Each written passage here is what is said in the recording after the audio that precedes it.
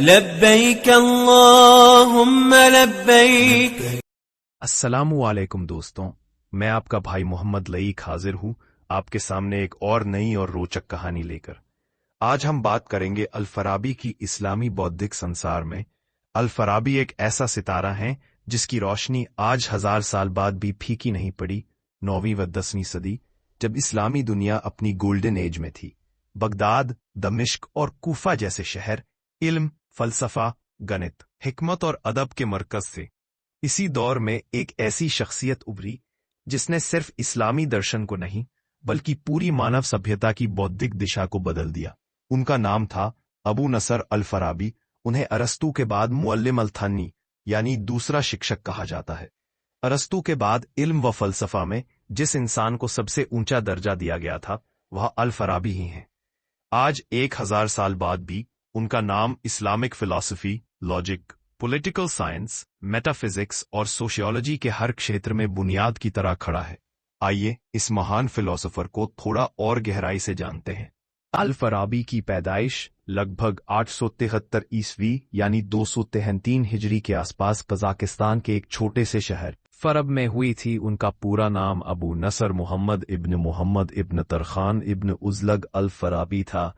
उनका परिवार तुर्क मूल का था, लेकिन सांस्कृतिक रूप से वे उस अरबी फारसी बौद्धिक संसार का हिस्सा थे जो उस वक्त आलिमों का मरकज था।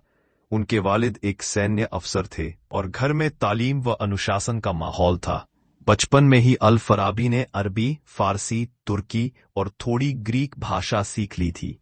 उनके बारे में कहा जाता है कि वे बहुत शांत, गहरे चिंतनशील और अंतर्मुखी स्वभाव के थे। बहुत कम उम्र में ही अल-फराबी ने मध्य एशिया छोड़ दिया और इल्म की खोज में सीरिया और ईरान के कई शहरों का सफर किया। लेकिन उनका असली इंटेलेक्चुअल सफर तब शुरू हुआ जब वे दुनिया की बौद्धिक राजधानी बगदाद पहुंचे। बगदाद में अल-फराबी ने अपने समय के सबसे बड़े आलिम यूहन्ना इब्न हाइलम से तर्कशास्त्र का इल्म हासिल किया और यही उनका जीवन का टर्निंग पॉइंट साबित हुआ। यूहन्ना ने उन्हें अरस्तू की पूरी ऑर्गनॉन लॉजिकल सीरीज, प्लेटो के संवाद और ग्रीक मेटाफिजिक्स गहराई से सिखाई। इतिहासकार लिखते हैं कि अल-फराबी ने अपनी जिंदगी के लगभग 70 साल अध्ययन, लेखन और विचार में बिताए। कहा जाता है कि वे रात भर जगकर पढ़ते थे, दिन के शांत समय में लिखते थे और खाली समय में ध्यान करते थे। उनका जीवन सीधा साधा और तपस्वी जैसा था। उन्होंने कभी महलों, पैसा या राजनीतिक शक्ति की चाहत नहीं रखी। उनका मकसद सिर्फ एक था, इल्म की तलाश। अल-फराबी का काम कई क्षेत्रों में फैला हुआ है।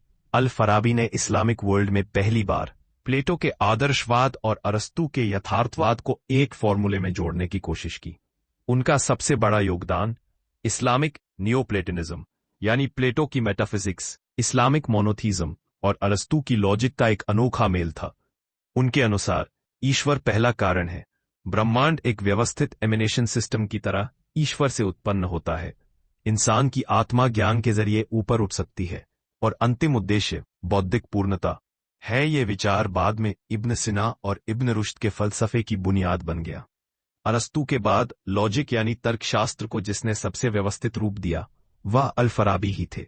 उन्होंने सिलोजिज्म, इंडक्टिव मेट को इस्लामी पाठ्यक्रम का स्थायी हिस्सा बना दिया। उनकी वजह से मध्य युग की मुस्लिम और ईसाई दोनों दुनिया में लॉजिक पढ़ाई जाने लगी।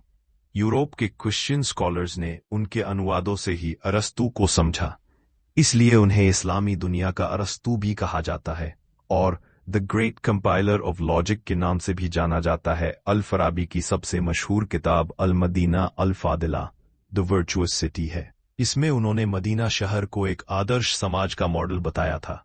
अल-फराबी मदीना शब्द का इस्तेमाल एक आदर्श समाज या आदर्श राज्य के लिए करते हैं। अल-फराबी के अनुसार वह मदीना फाजिला है जहां लोग एक दूसरे की मदद करते हैं ताकि हर इंसान कामिल यानी पूर्णता तक पहुंच सके।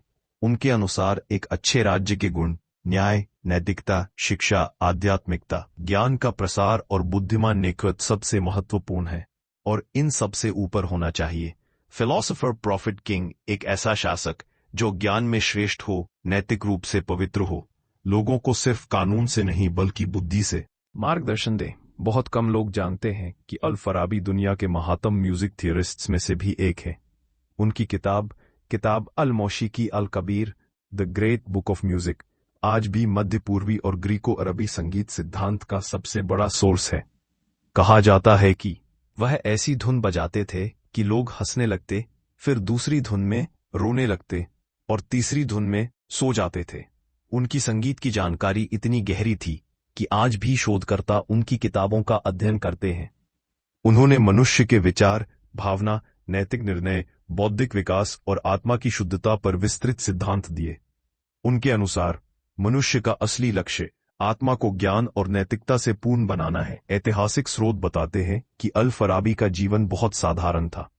वे साधारण कपड़े पहनते, थोड़े से पैसे में जीवन बिताते, पढ़ते, लिखते और संगीत बजाते, महलों से दूर रहते और भौतिक सुखों से पूरी तरह मुक्त थे। एक अमीर शख्स ने एक बार उनसे पूछा, अगर मैं तुम्हें 100 सोने के सिक्के दूं तो क्या तुम मेरी खिदमत करोगे? तो उन्होंने कहा, मैं इल्म का खादिम हूं, इंसानों का नहीं। अल फराबी ने जिंदगी के आखिरी सालों में दमिश्क, अलेप्पो और मिस्र के सफर किए। अलेप्पो के हुक्मरान सैफ अल दौला उनकी बहुत इज्जत करते थे और उन्हें अपने दरबार में जगह दी थी, लेकिन अल फराबी ने सियासत से दूर रहना पसंद किया। वे अक्सर अकेले बैठकर ध्यान, लेखन और संगीत में डूबे रहते थे। 950 ईस्वी में जब वे दमिश्क से बाहरी इलाके का सफर कर रहे थे तो कुछ डकायतों ने उन पर हमला किया और उनकी हत्या कर दी। अपने आखिरी वक्त में वे अकेले थे, शांत थे और बिना किसी डर के मौत को स्वीकार कर रहे थे। उनकी मौत के बाद राजा सैफ अल दौला ने पूरी इज्जत के साथ उनका दफन करवाया। अल फराबी की वजह से अरस्तु के काम दोबारा जिंदा हुए। ग्रीक फिलॉसफी इस्लामी दुनिया में बस गई। लॉजिक पाठ्यक्रम का कोर हिस्सा बना। इब्न सिना का फलसफा जन्मा और यूरोप की रेनेसांस की नींव पड़ी। आज अल फराबी को इस्लामिक गोल्डन एज का सबसे रिफाइंड और सिस्टमैटिक थिंकर, लॉजिक का मालिक और पॉलिटिकल फिलॉसफी का सबसे बड़ा आलिम माना जाता है। अल फराबी केवल एक दार्शनिक नहीं थे, वे वह पुल थे जिसने ग्रीक दर्शन को इस्लामी दुनिया से जोड़ा और फिर इस्लामी दुनिया से यूरोप तक इल्म पहुंचाया। उनका जीवन साबित करता है कि ज्ञान किसी एक सभ्यता की संपत्ति नहीं, तर्क मनुष्य की सबसे बड़ी शक्ति और सत्य की खोज जीवन का सबसे बड़ा मकसद है। 1975 में सोवियत संघ ने उनकी 1100वीं वर्षी पर उनके सम्मान में एक डाक टिकट जारी किया। कजाकिस्तान की मुद्रा पर भी अल फराबी की तस्वीर छपी है। तो दोस्तों, ये थे अल फराबी, लेकिन आज हम इनके योगदान को भूलते जा रहे हैं। हमें चाहिए कि हम अपने बच्चों को अपने गुजरे हुए इन नायकों की सच्ची कहानियों को सुनाएं और अपनी शानदार तारीख के बारे में बताएं।